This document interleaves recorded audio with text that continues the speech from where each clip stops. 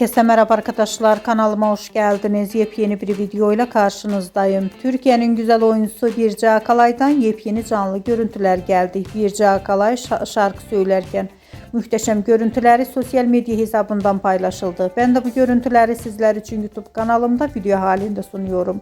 Umarım beğenirsiniz. Arkadaşlar, videomu beğendiyseniz kanalımı izlemeyi ve bildirim butonuna basmayı unutmayın. Şimdilik benden bu kadar olsun. Yeni videomuzda görüşmek üzere. Hoşça kalın.